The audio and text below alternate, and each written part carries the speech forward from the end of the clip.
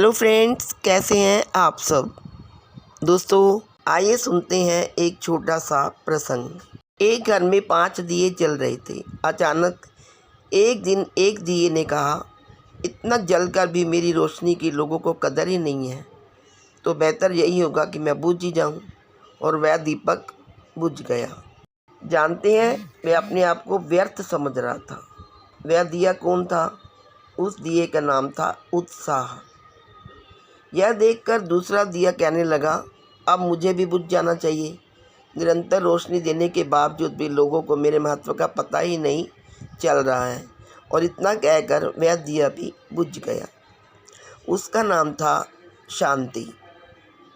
उत्साह और शांति के बुझने के बाद जो तीसरा दिया था, वह भी अपनी हिम्मत खो बैठा और बुझ गया। उसका नाम था हिम्मत।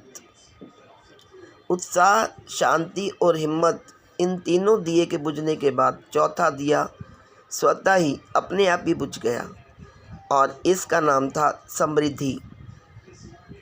चारों दिए बुझने के बाद केवल 5वां दिया अकेला ही जल रहा था।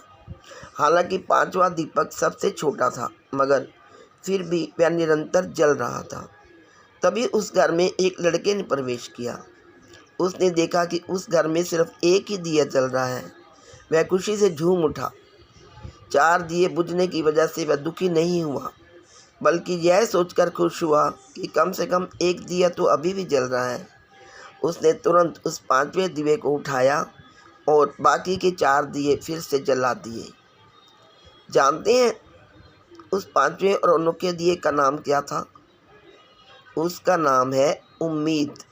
तो दोस्तों, चाहे चारों दिए बुझ जाए, लेकिन 5वां दिए को अपने मन में जलते रहने देना चाहिए। इसलिए हमेशा अपने मन में उम्मीद का दिया जलाए रखना। चाहे सब दिए बुझ जाए, लेकिन उम्मीद का दिया नहीं बुझना चाहिए। ये एक ही दिया काफ़ी है, बाकी सब दियों को ये एक ही दिया काफ़ी है बाकी सब दियों को जलाने के